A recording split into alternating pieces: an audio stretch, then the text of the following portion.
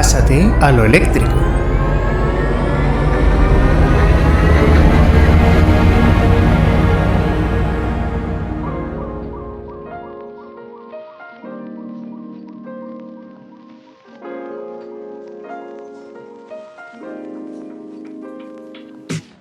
Bienvenidos a Pásate a lo eléctrico, el podcast de divulgación sobre movilidad eléctrica de referencia en España. Mi nombre es Javier Costas y soy periodista de motor. Hace unos años resultaba impensable que se vendiesen en Europa más coches eléctricos que con motor diésel, pero ya ha ocurrido. Según los datos que publica la patronal de los fabricantes europeos, la ACEA, con los datos del mes de octubre cerrado, los eléctricos tienen una cuota de mercado del 14%, y eso desde enero, superando por primera vez a los diésel en cuota anual. En los países de la Unión Europea se matricularon en octubre más de 855.000 coches, de los cuales más de 120.800 fueron totalmente eléctricos. Si contásemos a los híbridos enchufables, hablaríamos de un 42,8% de cuota. Hay unas cuantas voces que hablan de frenazo en las ventas de eléctricos y que los fabricantes recogen cable. Debe ir la cosa por barrios, ya que los números no nos están diciendo eso. En el mes de octubre a solas, los eléctricos aumentaron sus ventas un 36,3% y desde enero, pues solamente un 53% más. En lo que va de 2023, se contabilizan más de 1,2 millones de coches eléctricos matriculados solo en la Unión Europea. ¿Y en España? Los eléctricos puros fueron el 6,48% del mercado en octubre y el 5,21% en lo que va de año.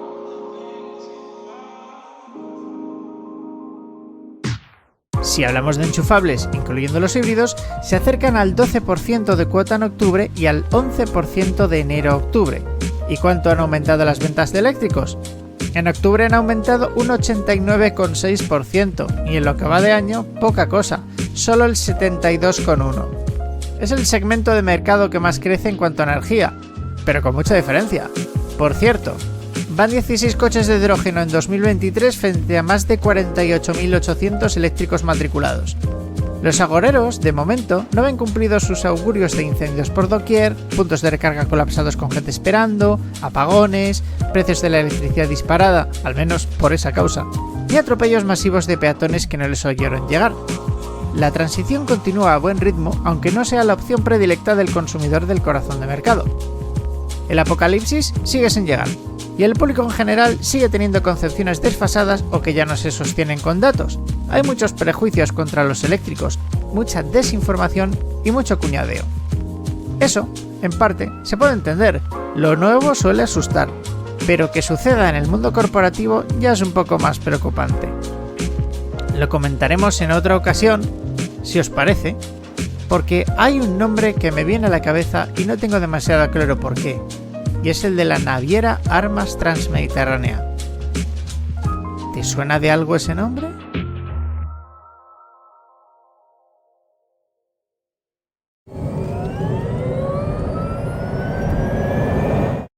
Aviso al oyente. Desde la asociación Pásate a lo eléctrico aclaramos que las opiniones expresadas por nuestros invitados y colaboradores son únicamente responsabilidad de cada uno de ellos.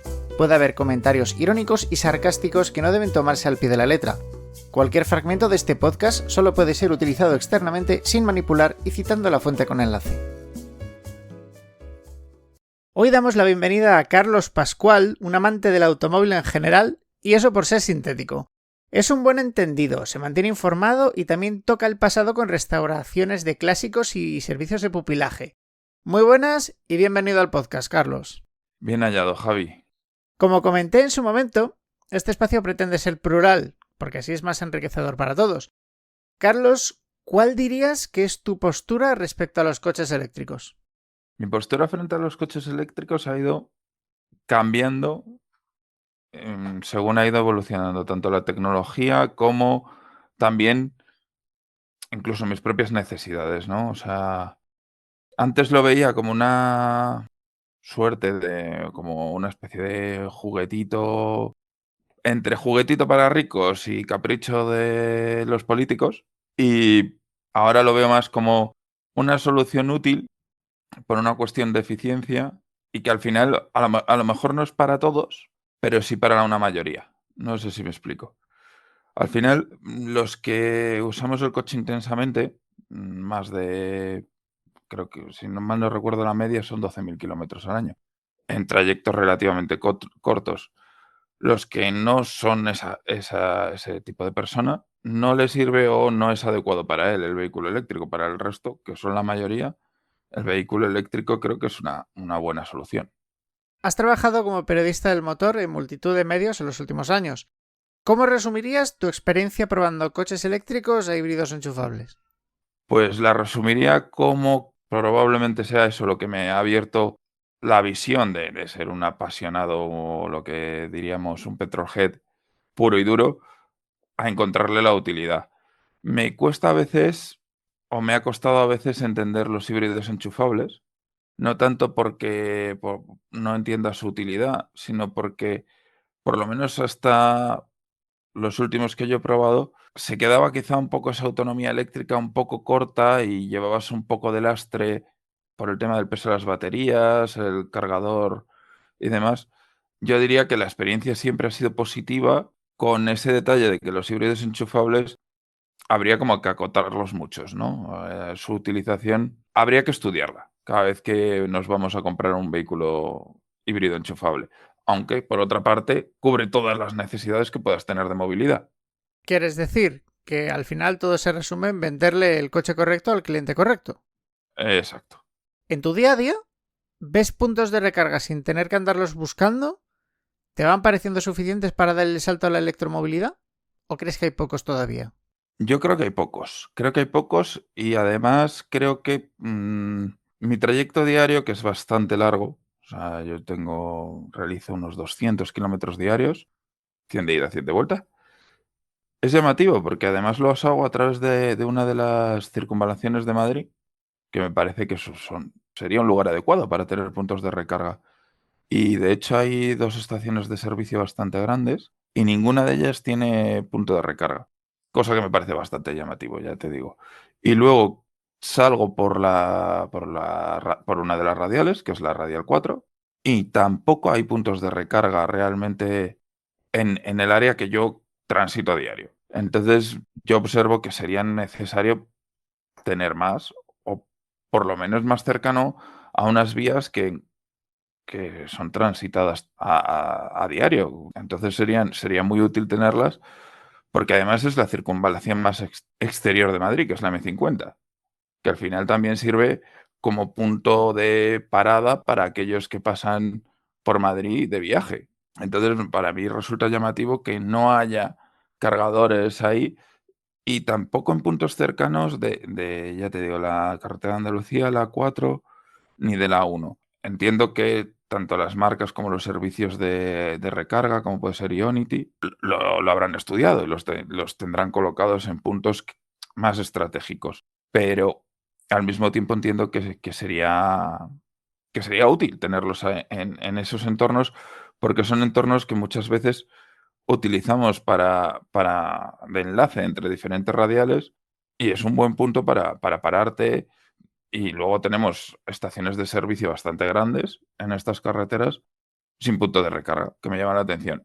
Y de repente te encuentras un punto de recarga en una gasolinera 50 kilómetros más allá, que a lo mejor es por iniciativa del propio abanderado de esa gasolinera, no porque haya dicho el servicio, mira, aquí me viene bien.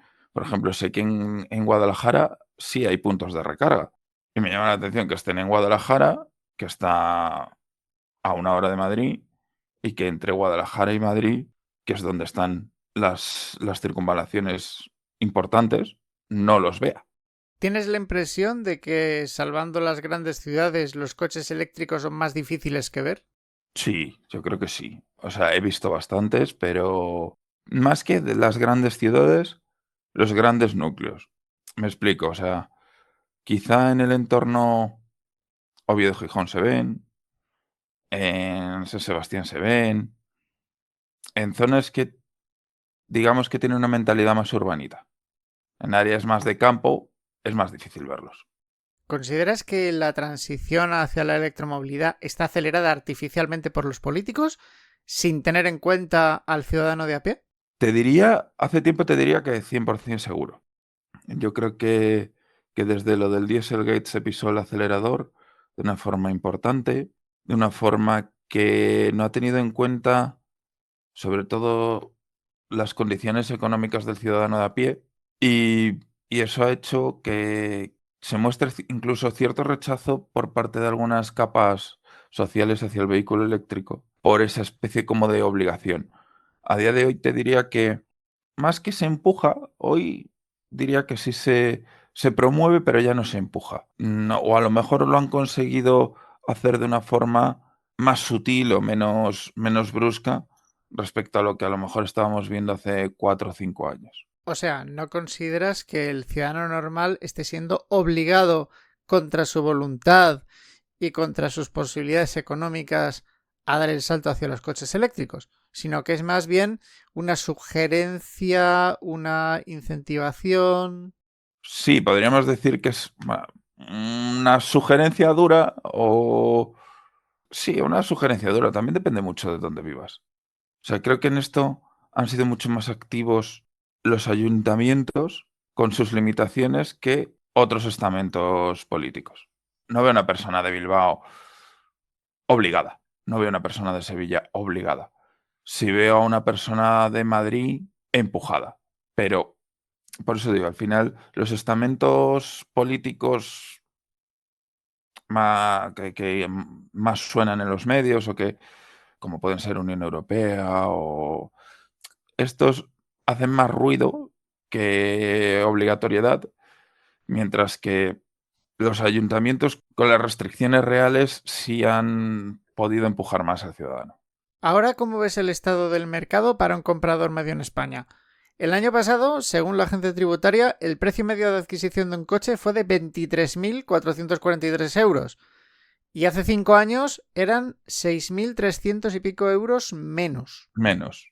Además, hace poco he tenido que hacer alguna pequeña asesoría de compra precisamente sobre un vehículo eléctrico del grupo PSA. Bueno, del antiguo grupo PSA, no hoy Stellantis. Y me sigue sorprendiendo cómo utiliza el marketing los precios. Porque los desde son muy bonitos, pero luego nunca se dan. Entonces, que el precio del vehículo medio haya alcanzado 23.000 euros cuando hace nada eran 18.000, pues creo que con la situación económica que estamos viviendo están subiendo demasiado rápido. También es verdad que hace unos años el margen comercial de cualquiera de las redes era exiguo, era tan pequeño que los concesionarios vivían de los rápeles, si es que llegaban, y si no, pues desaparecía. Eso hay que tenerlo en cuenta. La gente tiene negocios para ganar dinero y no puedes asfixiar tanto a tu último canal de distribución para ofrecer un precio. O sea, esa gente también tiene unas necesidades que cubrir. Si no me falla la memoria, los márgenes de la distribución en España, antes de toda esta ola inflacionaria, me parece que era del 1%, y ese margen no está demasiado lejos de lo que ganan Carrefour, Mercadona y otras grandes cadenas de alimentación. Es decir, son márgenes más bajos. Ahí el margen gordo se lo estarían llevando más los fabricantes que lo que la distribución, ¿no? O ahora los concesionarios ganan más. Ahora mismo, hace tiempo que no hablo con concesionarios, que es algo curioso, pero cuando yo vendía coches, cuando yo estuve en la distribución, apenas dejaba un coche en su carta que se realiza cada vez que vendes un vehículo, apenas dejaban 100 euros y eran coches medios, o sea, eran coches desde 15.000 a 40, 50.000 euros.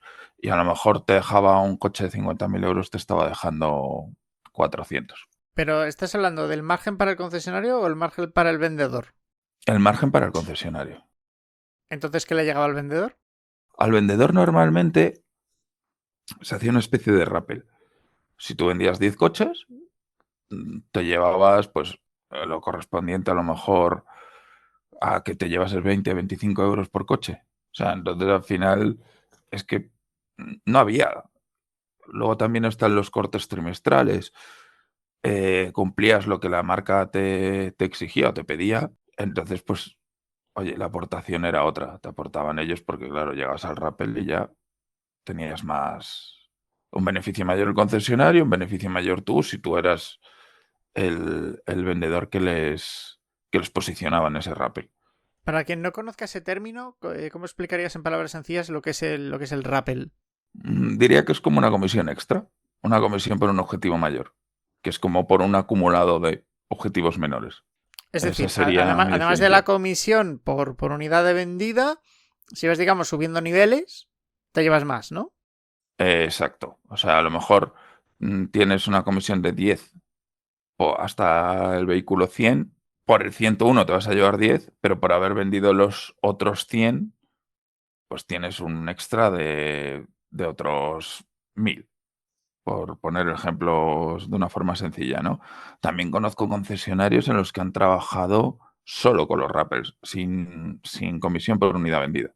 Que eso ya es, o sea, para quien no lo conozca, el salario habitual de un comercial, de un concesionario, es un salario muy normal. O sea, es un salario muy estándar que se complementa en función de sus habilidades por objetivos de venta, pero no está muy lejos no está muy lejos, no, cobra lo mismo normalmente que el personal de mantenimiento de las instalaciones. Normalmente cobra más el mecánico que el comercial.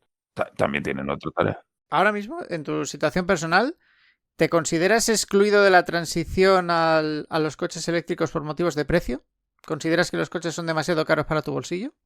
Considero que son caros, considero que son un esfuerzo. Es decir, ¿es algo que tú te podrías plantear metiéndote a un préstamo, pongamos, de 8 o 10 años con unos intereses razonables, haciendo ese esfuerzo de decir, venga, me voy a gastar más dinero del que me gastaría en unas condiciones normales, pensando que las cuentas me van a salir? Por ejemplo, lo que te dejas de gastar en gasolina, puedes gastarte una parte de eso en una mayor cuota, ¿no? ¿Te refieres a eso? Sí, o sea, eso de hecho me lo he planteado varias veces por lo que te comentaba. Yo al final hago muchos kilómetros que están dentro de los rangos que podrían servir un vehículo eléctrico perfectamente. Entonces muchas veces me lo planteo y he echado los números y es verdad que supondría un esfuerzo. O sea, al final me quedan, por ahora, mi vehículo habitual es un vehículo diésel que ya pues tendrá 12 años. Y es un coche que aún a día de hoy, al precio de que están los combustibles, me sale un poco lo comido por lo servido. Entonces, la necesidad de los puntos de recarga, y eso teniendo en cuenta los precios de la electricidad domésticos, no los del precio del punto de carga, que es más elevado. Y la necesidad de tener un espacio, ¿no? Donde cargar el vehículo, porque no es lo mismo cargar o sea, si tienes garaje, pues genial, pero no es lo mismo tenerlo que no tenerlo. Y eso también es limitante y algo que creo que hace más difícil que cuadren los números, pero sí, o sea, haciendo un esfuerzo podría. ¿Cómo afectaría a tus desplazamientos contar con un coche eléctrico usado, con unos 150 o 200 kilómetros de autonomía utilizables y que cargase como muchísimo a 50 kilovatios?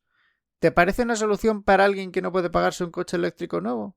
A ver, si mantiene los 200 kilómetros de autonomía para una persona normal, teniendo en cuenta que sean 200 kilómetros de autonomía, utilizando las cosas dentro del vehículo. Porque en cuanto ponemos el climatizador, la autonomía varía un montón. Sí me parece utilizable. Sí me parece una opción más que razonable. Siempre está la duda, ¿no? De la degradación de las baterías, el no sé qué, que yo creo que también se ha maximizado un poco los problemas, ¿no? Yo creo que esto se ha planteado muchas veces del vehículo de combustión contra el vehículo eléctrico o viceversa. Creo que simplemente es una evolución de mercado. Entonces, igual que te compras un coche con 150.000 kilómetros y con sus correspondientes desgastes, te compras un coche eléctrico. Eso habría que ver la autonomía, pero también lo tienes que ver en uno nuevo. ¿Cambiaría algo en tu vida que el combustible subiese a precios escandalosos tipo 3 euros por litro, como se llegó a comentar hace uno o dos veranos? Sí, o sea, entonces sí que sí o sí me tendría que comprar un vehículo eléctrico para mis desplazamientos diarios. Al final, yo creo que en cualquier familia, el gasto, no sé si el más importante o de los más importantes que hacemos todos los meses, es el gasto que hacemos en movilidad. Es verdad que dependiendo del vehículo, el mantenimiento, tal, pero el combustible ha pasado de ser, a ver, ¿cómo digo esto sin que suene muy bruto?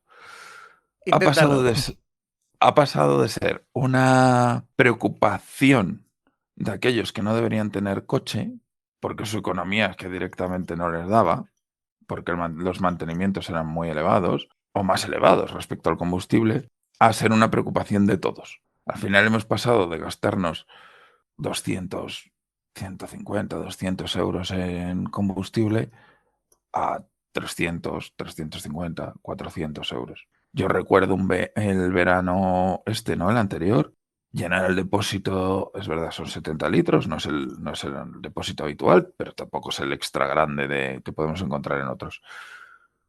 Y pagar 130, 140 euros. A 130, 140 euros yo he hecho combustible sí o sí, mínimo 4 veces al mes. A 150 euros son 600 euros. Es una barbaridad de dinero. Lo es, lo es.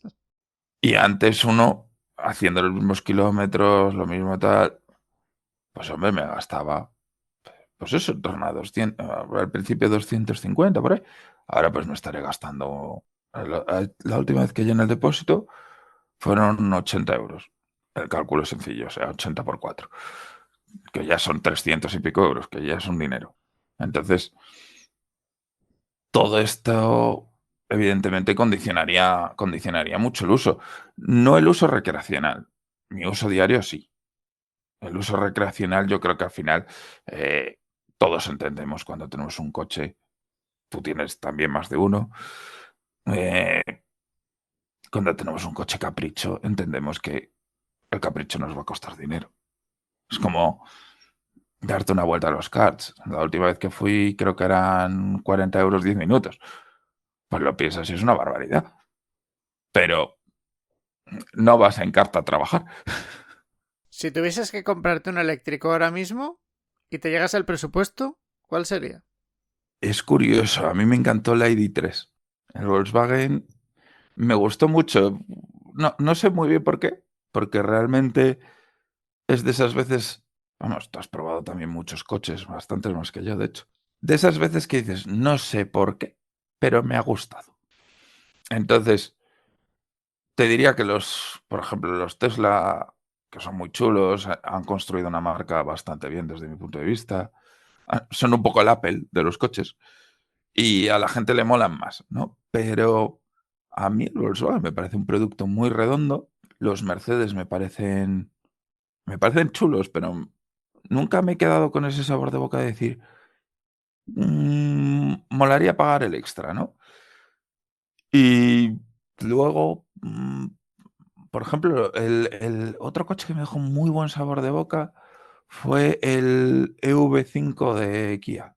Me pareció me gustó y yo creo que cuando nosotros que estamos acostumbrados a sacarle punta a todos los coches que llegan a nuestras manos, porque además una parte importante de lo que he hecho, de lo que hemos hecho, es precisamente sacarle punta, es buscar dónde hemos abaratado, dónde hemos metido un poquito la pata o qué está duro y qué es incómodo. Creo que Sí, cuando... vamos, ser quisquillosos y Sí, analíticos, exacto. e ir más allá Sí, de lo que son las preocupaciones del cliente común, por decirlo de alguna forma suave. sí. Ser crítico, en el buen sentido. O sea, no se busca escarnio, pero sí que hay que buscar la crítica para que, oye, mañana el producto sea mejor. Yo creo que cuando alguien como nosotros, un vehículo nos deja buen sabor de boca sin saber exactamente por qué, es que es un buen producto. O esa es mi opinión, vamos. Y en eso, pues el Volkswagen me gustó mucho y el Kia me gustó mucho. Tengo ganas de probar los dos de Hyundai, que yo creo que me van a gustar mucho. Me gustaron mucho las versiones eléctricas de Kona, del anterior Kona, y del Ioniq original, pero se quedaban un poco cortitas en autonomía y tal, era como un paso inicial. Y ahora, bueno, al final, de hecho, utilizan la misma plataforma que el Kia, que el EV5. Entonces deberían ser bastante interesantes, me parecen un producto bastante interesante. Pero no los he probado, así que yo si no pruebo no puedo decir que me gusta. ¿Has tenido alguna mala experiencia con un coche eléctrico de cualquier tipo? La de los puntos de recarga, que yo creo que no es achacable a los coches eléctricos, creo que es achacable más a las redes, a la infraestructura de recarga. El llegar a los sitios, conectar, que no conecte, que la aplicación se cuelgue, que el coche te diga que van a ser 40 minutos porque el coche cuenta con los datos que tiene metidos. O sea, cuenta con que le van a cargar a 10 kilovatios y luego el cargador pues carga 5. Y dices, bueno, pues yo iba a estar aquí 40 minutos y ahora me toca estar hora y media. Eso que, insisto, creo que es achacable a la infraestructura, no al vehículo. El vehículo está bien diseñado, pero la infraestructura luego va a pedales muchas veces. De hecho, el Ayuntamiento de Madrid hizo una muy buena apuesta, creo yo, porque además están bastante bien distribuidos los puntos de recarga dentro de la ciudad. Son un poco caros, pero bueno, es que en general los puntos de recarga a mí me parecen caros. Y el único que funcionaba bien sin ser una locura es el que está en Colón, delante del Samur en la plaza de Colón, entrando al parking. Y aún así, había veces que había que llamar. Entonces, luego también está la gente que decide poner un punto de recarga dentro de un parking, que al final entre la recarga y el parking te sale por un ojo a la cara. Que tampoco es algo que he entendido, pero insisto, no son un problema de diseño del vehículo eléctrico, es un problema de infraestructura. Es como si nos ponen una gasolinera dentro de un parking. Es decir, no se trata tanto de ansiedad por la autonomía o de haberte quedado tirado o de estar sufriendo por llegar a un punto de recarga, sino más bien lo que es la experiencia de uso de esa infraestructura. Exacto, exacto. Yo siempre que he probado un coche eléctrico, siempre me he puesto más en el lugar de cómo se usaría esto a diario que en la excepcionalidad, porque esto, o sea, todos podemos todos podemos tener ansiedad por no llegar a una gasolinera, pero también tenemos que saber lo que llevamos. No sé si me explico. O sea, podemos tener Sí, un depósito de, perfectamente. de 30 litros y podemos agotarlo, ¿no?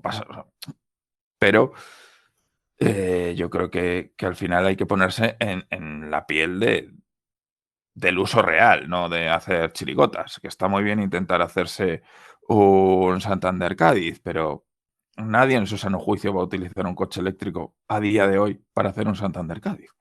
No, no, yo el viaje más largo que hemos hecho en coche eléctrico fue con un Honda E, que es otro coche que me parece una pasada, pero que no me compraría por su poca autonomía. Me parece increíble, ¿eh? Me parece un cochazo. De Vitoria a Madrid. Salimos de Vitoria a las 10:30 y llegamos a Madrid a las 5 de la tarde. Y son 300 kilómetros. Es verdad que paramos a comer, pero comimos en 1 hora, o sea, en lo que se cargó el coche. También hay que saber lo que uno se compra. No te vas a comprar una scooter de 50 centímetros cúbicos para hacerte un Málaga-Cádiz. Es la misma. Puedes, pero no es recomendable. Exacto. En caso de necesidad, a ver, también la gente iba a caballo.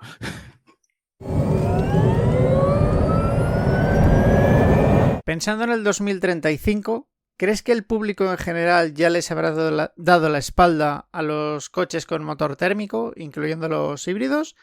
¿O que hasta el último día de 2024 se van a seguir vendiendo en números significativos? No te hablo de 911 ni cosas por así exóticas.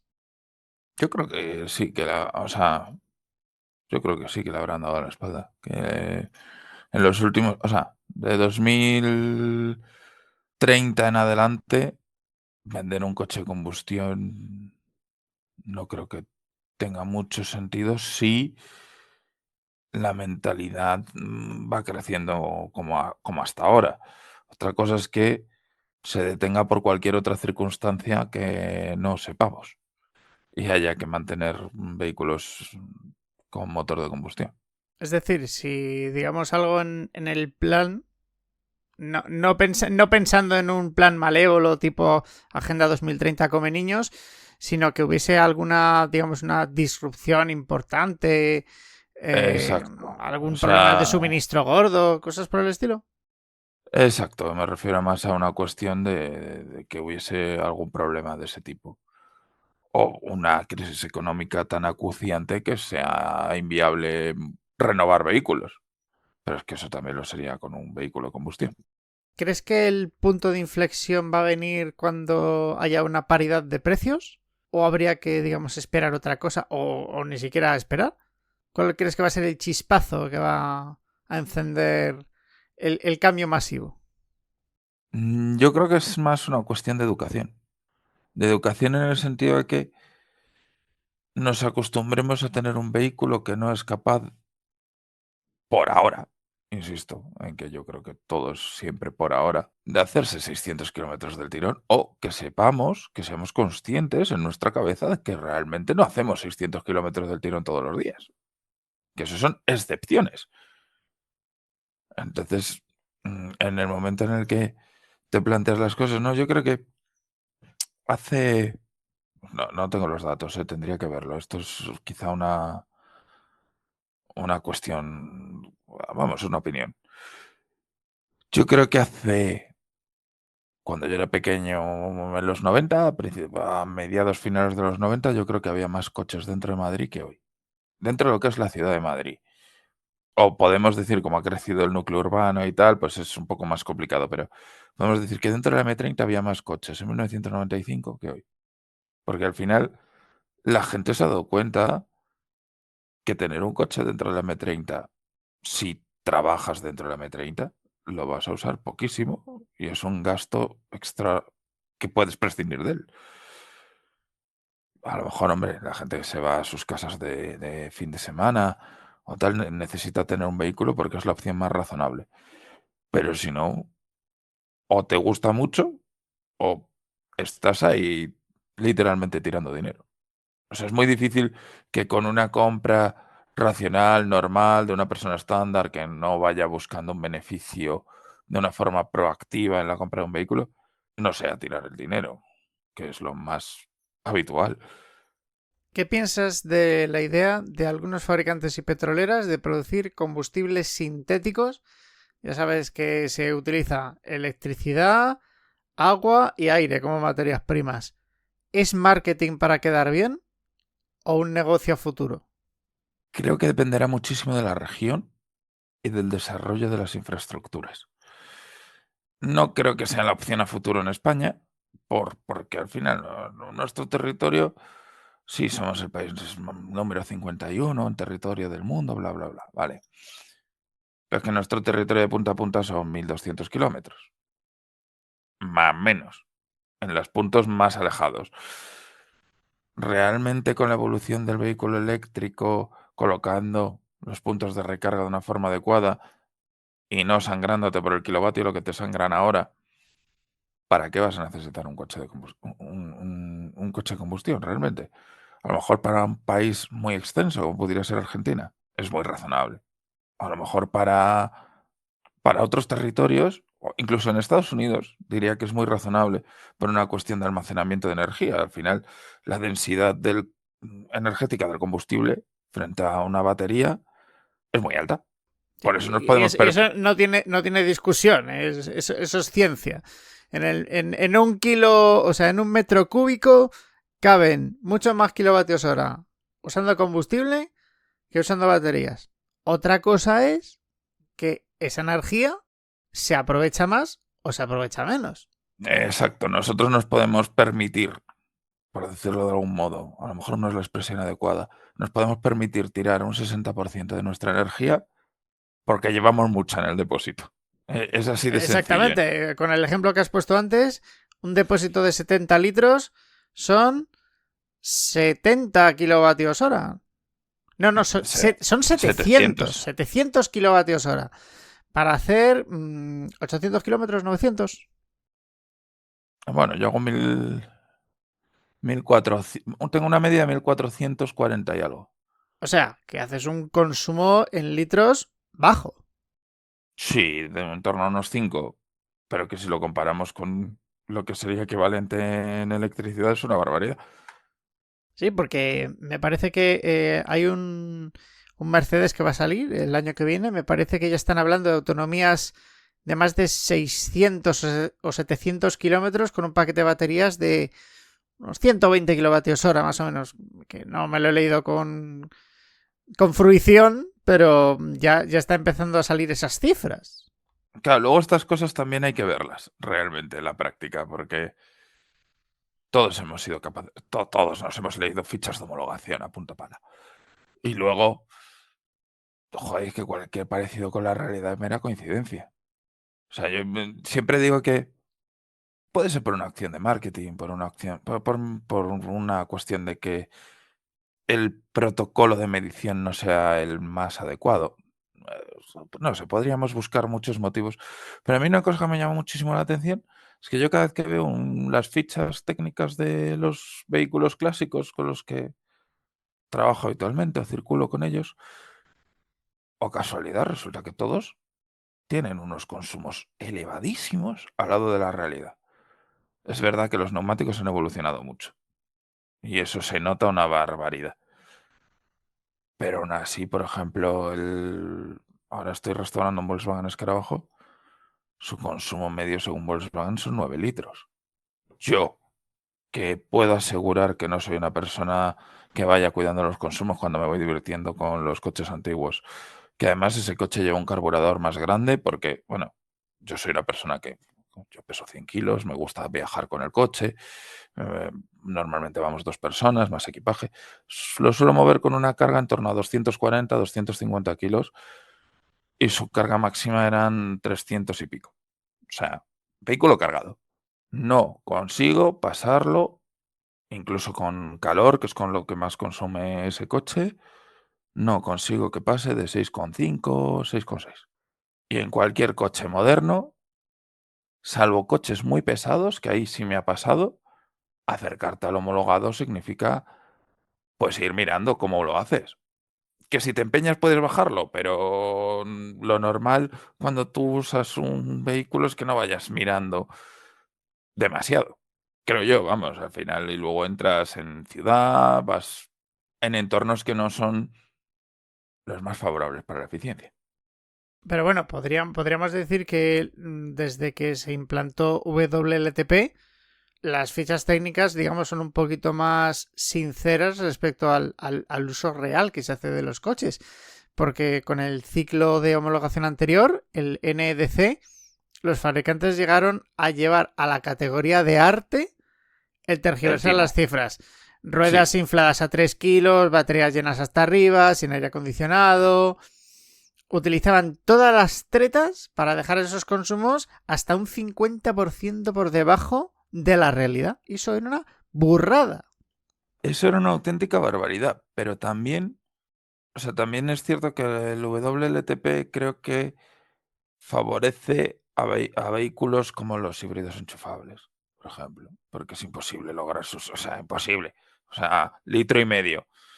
Mira, el coche que más me ha gustado a mí híbrido enchufable ha sido el Ford Explorer. Me encanta. Que el Ford Kuga híbrido enchufable también me gustó, pero el Explorer me parece una pasada. Es un cacharro con un motor de combustión de 350 caballos, que pesa 2 toneladas y más de 2 toneladas. Y es verdad que es un coche que sí, homologa 1,8 o 2 litros, una cosa así. Luego yéndonos al mundo de la gente normal, usándolo sin recargar y normal, es un coche que se mantiene entre los 6 litros y los 9. Coño, me parece un consumo súper razonable para semejante bigardo. Sí, yo te lo puedo corroborar. He llevado varios híbridos enchufables en viajes largos y, a ver, por un lado son muy sensibles al consumo, o sea, son muy sensibles al uso que hagas, perdón, que si te pesa muchísimo el pie se te van por encima de los 10 litros, pero si vas con un mínimo de cuidado, puedes hacer medias de 5, de 6, de 7, dependiendo muchísimo del coche. Pero que se pueden hacer Sí, consumos muy razonables. Y lo de los 2 litros, 1 litro y pico, a ver, eso está pensando principalmente en quien carga habitualmente el coche, que a lo mejor puede tirarse todo el año sin echar un depósito. Pero claro, sí, sí. si son enchufables y pierden, digamos, una de sus principales ventajas, que es tener una batería grande, porque en conducción habitual, si has dejado la batería, digamos, al 0% virtual, a lo mejor, si encadenas unos cuantos tramos de bajada, la puedes subir al 2-3%, y eso sí sube. Pero es imposible llenarla en condiciones de circulación, a menos que utilices Imposible. el botoncito de forzar recarga, Que ya estás consumiendo más que que estás si estuviese consumiendo siendo con muchísimo el... más, pero es una cosa que se ha puesto ahí por razones legales. Es decir, la gente que va con híbridos enchufables, si algún día tienen que entrar en un sitio en el que está prohibido emitir gases y no tienen posibilidad de cargar, algo se les tiene que ofrecer. Pues para eso está el botoncito ese. Sí, sí, pero de todos modos, no sé hasta qué punto, bueno, seguro que hay tecnología para detectar cuándo se está usando o cuándo no, cuando se emiten gases, ¿no? Pero sin que haya el control que pudiera haber, ¿realmente tú crees que el usuario va a ir pulsando el botoncito, salvo cuatro que les parezca que se conciencien, por así decir? A ver, sinceramente pienso que eso dependerá del importe de la multa y de cómo de eficaz sea el sistema represivo. Porque si hay cámaras con infrarrojos analizando la parte trasera de los escapes de los coches, pues está claro que el que tenga algo a más de 500 grados se va a llevar una multa. Eso está claro. Pero si no lo controlan, como pasa en el centro de Madrid, que puedes moverte todo lo que quieras con un híbrido enchufable con la batería vacía, puedes hacerlo. Nadie te lo controla. Tienes el distintivo cero y lo puedes hacer. Pero si se pusieran más bordes con el tema de control y de las multas, yo entiendo que eso sería distinto. Mira, yo siempre recuerdo además una presentación de Lexus. Vamos, el equipo de comunicación ya no está en esa marca, pero me acuerdo que una pregunta fue muy interesante, que fue, ¿por qué Lexus no tiene híbridos enchufables? Teniendo la tecnología, porque recuerdo que incluso años antes habían anunciado los programas piloto. Y la contestación, que era bastante sensata y luego bastante lógica, también es verdad que no son el equipo de comunicación por casualidad, era que en los estudios de mercado de los vehículos eléctricos, perdón, híbridos enchufables, el usuario medio lo que hacía era o cargaba la batería o echaba gasolina, pero no iba a echar gasolina y cargar la batería, que es algo que entiendo, o sea, me parece como muy razonable. No me des por saco con 2 cosas, ¿no? O sea, el ser humano, como cualquier animal, tiende siempre a buscar la mayor eficiencia posible. Y eso es mover el culo lo menos posible de tu sofá. Realmente. Entonces, ¿voy a llegar del supermercado y voy a enchufar el coche? Pues hombre, lo enchufo si es cómodo, si no le van a dar por saco. También creo que en eso las estaciones de carga por inducción son un invento maravilloso. Por lo visto muy lento, pero si tú utilizas el coche a diario en recorridos cortos, como para los que sería un híbrido enchufable perfecto, es que es la solución. Tú llegas a tu parking, los que tengan parking, luego habría que ver qué soluciones se le da a las colmenas de pisos. Pero cualquiera que tenga su garaje o tenga su garaje o su terrenito o tal, un cargador por inducción, a mí me parece algo maravilloso. Tú llegas, aparcas encima de tu plaquita, que es como si aparcases encima de una cantarilla, un poquito gruesa y ya está. Y oye, el día siguiente, pues seguramente no haya cargado 50 kilovatios, pero a lo mejor te ha dado 20. Y si no gastas más de 20, pues está muy bien. Los que no te conozcan tal vez no sepan que eres un enamorado de los coches clásicos y no tan clásicos, pero con algo especial. ¿Dirías que en el mercado actualmente faltan coches eléctricos con personalidad o que se parecen mucho los unos a los otros. Cuestiones estéticas aparte. Mira, ayer vi dos Taycanes. El Taycan me parece el coche eléctrico con más personalidad del mercado. Es verdad que tiene su favor ser un Porsche. Y tiene una estética muy llamativa. Que es verdad que me has dicho aparte de estética, pero al final eso también forma parte. Y creo que es el único coche eléctrico que tiene una personalidad suficiente como para que, conduciéndolo me refiero y moviéndote con él, como para que digas que tiene algo diferencial. También te digo, ayer vi dos Taycanes. Uno era gris y podías decir que era un Panamera o no sé, cualquier otra cosa. No tenía mucha. Y el otro era blanco con las llantas del lanzamiento blancas y negras y tal. Pero eso es una cuestión estética. El resto, yo creo que el Taycan, pues hombre, al final es el que de los que se venden de verdad. Cosa rara avis, aparte, ¿no? O sea, un Rimac es un Rimac. No cuenta. Tampoco es que un Taycan sea el coche que más se vende del mundo. Pero bueno, eso de que le hayan puesto ese juego de dos engranajes, tener dos marchas para. Bueno, pues le da un algo cuando lo conduces. No, ya te digo que no son los coches con más personalidad del mundo. También creo que estamos en un momento en el que todas las marcas están tendiendo a una concentración muy grande, con 1 millón de plataformas compartidas.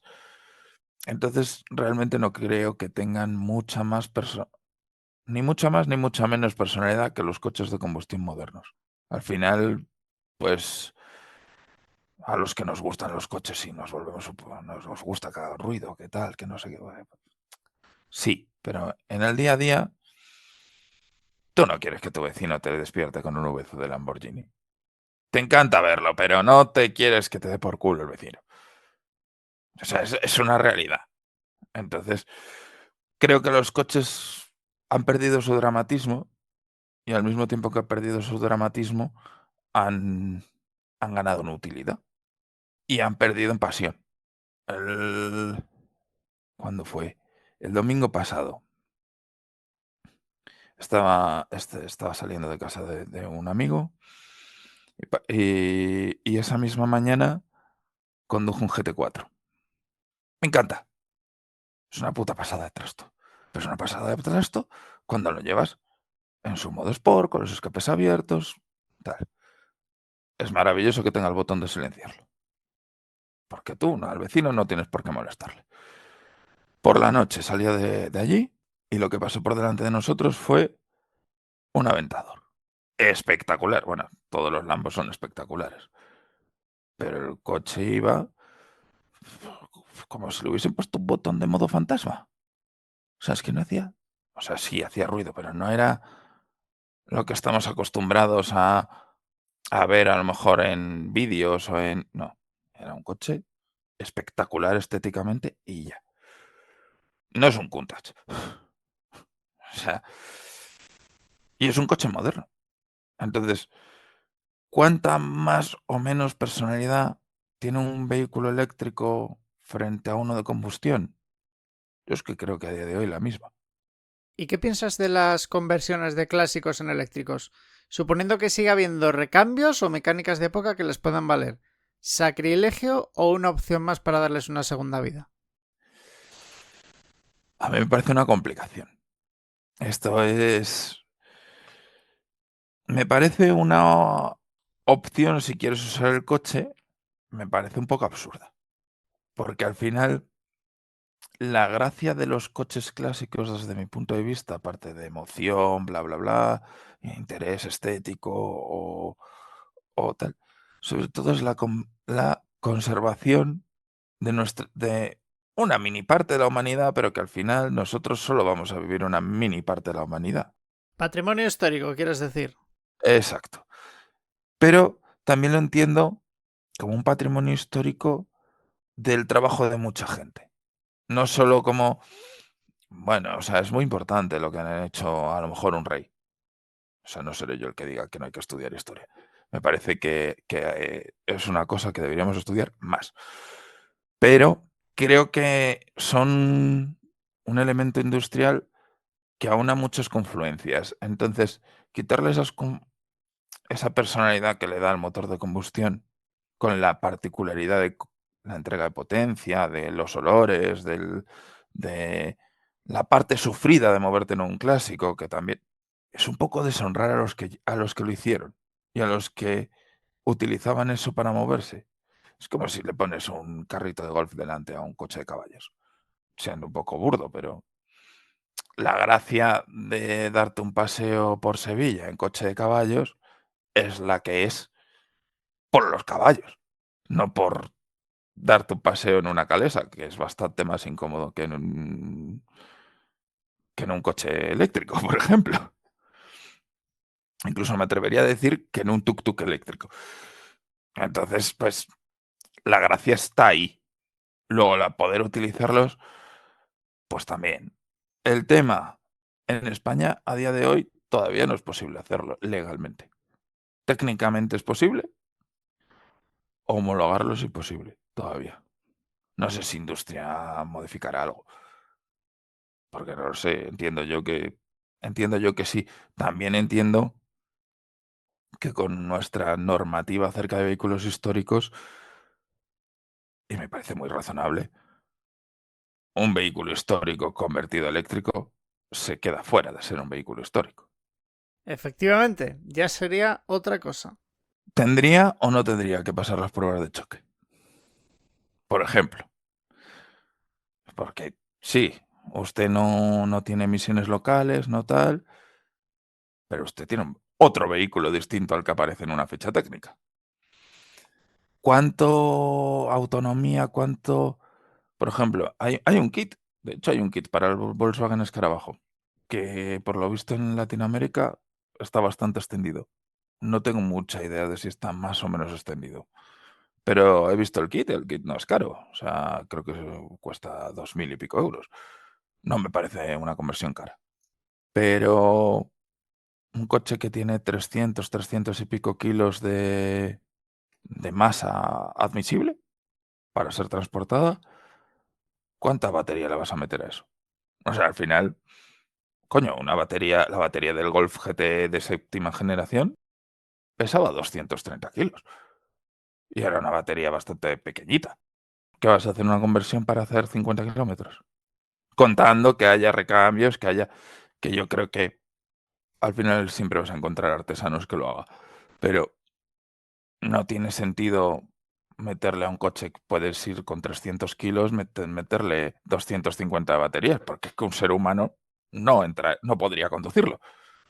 Bueno, un ser humano normal, de la media de homologación, 75 kilos. Eso tampoco tiene mucho sentido, aparte de el espacio que ocuparías, porque la gente dice, no, quitas el depósito de combustible y utilizas el depósito de combustible. El ejemplo del Volkswagen Escarabajo son 35 litros. Más la parafernalia de las aristas y no sé qué, vamos a ponernos en 40 siendo un poco generosos. 40 litros de volumen es un espacio muy pequeño, realmente. Es que las baterías que al Golf GTE le daban, creo que homologados eran 52, ¿no? O 55 kilómetros de autonomía, Por ahí no me andaría, acuerdo. sí, sí. Probablemente ocupaban 200 litros o 150 seguro. Entonces, como juguete puede ser interesante, pero vas a acabar teniendo un carrito de golf con una carrocería bonita. Entonces ahí es donde veo yo, a lo mejor con coches americanos más pesados, con un chasis más robusto. Digo americanos, que podría decirte un Rolls Royce. O yo qué sé, o a lo mejor algún Mercedes, coches grandes, con una estructura fuerte, con, pues a lo mejor esos vehículos sí pueden convertirse con más facilidad y sin perder utilidad, o perdiendo menos utilidad. Pero si no son coches así, me parece que no tiene sentido porque se van, ya no la cuestión del romanticismo o del legado histórico, ¿no? Es una cuestión técnica, pura y dura. O sea, vas a tener que cambiar el coche entero, porque no vas a tener estructura que resista el peso. Ya no digo poniéndonos en que la estructura resista, porque antes eran un poquito brutos con los márgenes. Tú tienes unos frenos que son para 700 kilos. Si metes 300 baterías, ya son 1000. Poniéndonos en que puedas seguir metiendo a la gente, estás parando con unos frenos para 700 kilos un vehículo de 1500. En algún momento va a fallar. No creo que calculas en los frenos con un margen de error del 200%. Bueno, de error, de carga. Eso, tendrías que rediseñar el coche. Tendrías que construir un coche nuevo. Como atracción de feria, útil. Fuera de atracción de feria, un poco barbaridad. ¿Crees que los fabricantes chinos de coches eléctricos van a inundar el mercado o que los europeos, americanos, coreanos y japoneses podrán espabilar a tiempo? Creo que los coches chinos van a morir de éxito. Creo que los coches chinos nos inundarán y habrá una reacción política en contra de ellos. Es decir, que la Unión Europea va a Vía hacer algo, o ¿no? lo que sea. Cuotas, Sí, yo creo que sí. aranceles. Alguna cosa así buscará. La cosa es que ya fabrican aquí o montan aquí, porque tienen parte de fábricas de aquí, si no toda. O sea, Grupo Stellantis en un gran porcentaje muy importante es chino, es de Geely. Volvo es de Geely. Si un Polestar es un coche chino o es un coche sueco, pues depende a quién le preguntes. ¿Te parece que hay un miedo infundado a los incendios de los coches eléctricos? Me parece que la estadística dice que se queman menos que los coches de combustión. Y hay que Eso es, y eso no se puede discutir, se quema muchísimo menos. También creo que son incendios muchísimo más graves. Eso también es una evidencia empírica. Son más difíciles de extinguir, son incendios más brutales, pero ocurren menos. Sí, pero también creo que al final los cuerpos de emergencias no están preparados todavía. Todavía, vamos, hace nada vi no me acuerdo qué coche era, recuerdo que era un coche eléctrico, donde las casas del Pocero, eso es Seseña, que directamente lo que hizo la Guardia Civil fue cortar los carriles y dejar que el coche ardiese, con los bomberos allí delante. Eso en un coche de combustión no pasa. También creo que los coches de combustión arden más por una cuestión de mantenimiento. O sea, tú cuidas un coche de combustión y no se quema.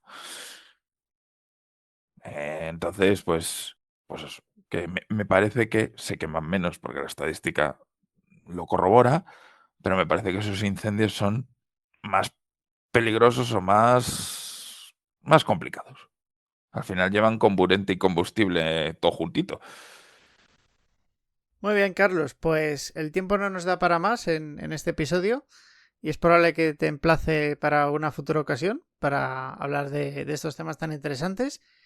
Y bueno, pues como siempre, la audiencia de Pásate a lo Eléctrico te agradece, y yo mismo, el tiempo que nos has dedicado y esperamos que podamos contar contigo en alguna otra ocasión.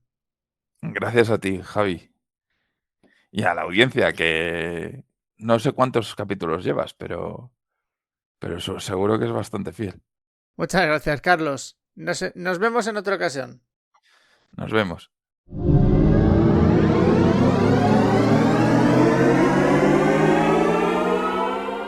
Aquí acaba este podcast de Pásate a lo Eléctrico.